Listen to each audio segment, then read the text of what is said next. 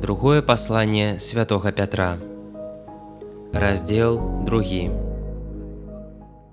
Былі ж і фальшывыя прарокі ў народзе, як і ў вас будуць фальшывыя настаўнікі, якія ўвядуць згубныя ерасі і, выракаючыся таго, хто адкупіў іх, валадара, наклічуць на сябе хуткую згубу. Многія пойдуць за іх разбэшчанасцю, і праз іх шлях праўды будзе зневажаны. У хцівасці будуць лавіць вас ліслівымі словамі. Прысуд ім даўно гатовы, і згуба іх не абміне. Бо калі Бог не пашкадаваў анёлаў, якія зграшылі, але, звязаўшы путамі цемры, скінуў у адхлань, каб там чакалі суда, калі не пашкадаваў таксама даўняга свету, але паслаў патоп на бязбожных, захаваўшы толькі 8 асобаў разам з Ноем, веснікам справядлівасці, і калі гарады Садому і Гамору, асудзіўшы на знішчэнне, абярнуў у попел, як перасцярогу бязбожнікам, а справядлівага Лота, змучанага распусным жыццём нягоднікаў, уратаваў. Бо гэты справядлівы, жывучы сярод іх і чуючы ды бачачы учынкі беззаконня, штодня зведваў пакуды справядлівай душы. То ведае Пан, як уратаваць пабожных ад выпрабавання, а несправядлівых захаваць на дзень суда. Асабліва тых, што служаць целу ў нячыстай пажадлівасці і пагарджаюць Божай уладай.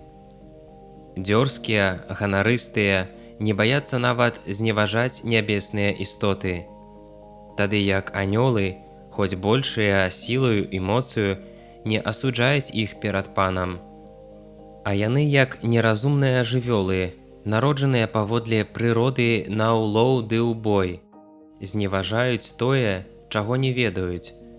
Таму як гэтыя жывёлы будуць знішчаныя і атрымаюць адплату за несправядлівасць. Шчасцем лічаць яны штодзённую асалоду, бессаромныя і распуснікі. Яны знаходзяць асалоду ў сваіх ашуканствах, банкетуючы з вамі. Вочы іхнія напоўнены чужалоствам і няспынным грахом. Яны зводзяць слабых, іх сэрца прывучана да нажывы. Гэта сыны праклёну. Яны пакінулі просты шлях, заблукалі, сышоўшы на дарогу Балаама, сына Басора, які палюбіў несправядлівую ўзнагароду, але быў асаромлены за сваё беззаконне.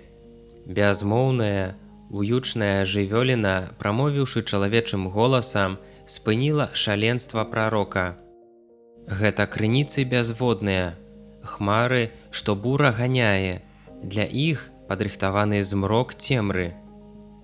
Бо, прамаўляючы надзьмутыя і пустыя словы, яны зводзяць праз пажадлівасць цела і распусту тых, хто ледзь толькі ўцёк ад заблукалых. Яны абяцаюць ім свабоду, хоць і самі застаюцца нявольнікамі знішчэння, бо хто кім пераможаны, той таго і нявольнік.